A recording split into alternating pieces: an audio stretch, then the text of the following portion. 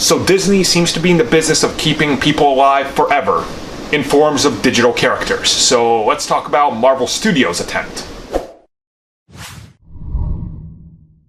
So it was in the late 2000s that Disney released Tron Legacy, a movie I really enjoyed. I really did, and I wish that franchise continued, but unfortunately there just wasn't enough. And it was in that instance that we saw Disney start to use this de-aging technology. And at that point, it was pretty rough. He looked like a Clone Wars floating CG character from Episode 2 and just all the prequels, really. And ever since then, when they acquired Marvel Studios, they really started to play around with the element of de-aging. Most specifically, and the best example I think I can give you is, of course, Captain America Civil War, where we see Tony Stark. And we see how they de-aged Robert Downey Jr.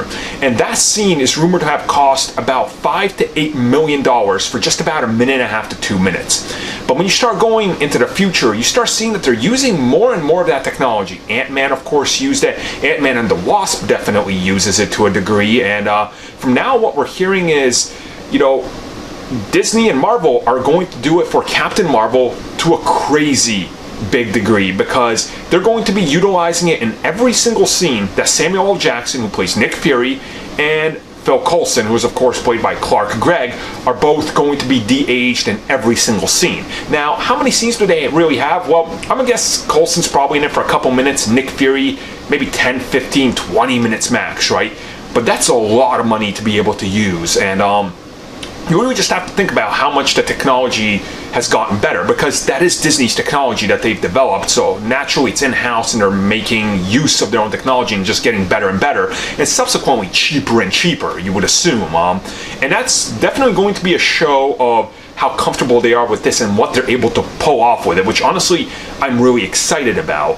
Which also brings into question what's the future of the Marvel and just Disney looks like, because as it was made very well, I guess, known, maybe not to you guys who just follow the comic book stuff, but Donald Glover, when he talked about Lando Calrissian, he said Disney scanned him with that technology. So if they ever want to use him as a CG character, 50 years from now, if they need a Lando flashback in a Star Wars movie, they got his CG character. And unlike Grand Moff Tarkin or Princess Leia, which they had to digitally recreate, they have full references of exactly what he looked like. So there's no recreating, it's all in a digital computer space now. And that's the point we're getting to. So honestly, it's kind of getting crazy, because pretty soon you're not even gonna know if it's the real actor or CG. And it's kind of interesting, because Hollywood is moving in some very weird directions, and Captain Marvel, I think, is going to be our first sign of, look at what we can do. 100% CG the character for the entire time. And that's pretty insane.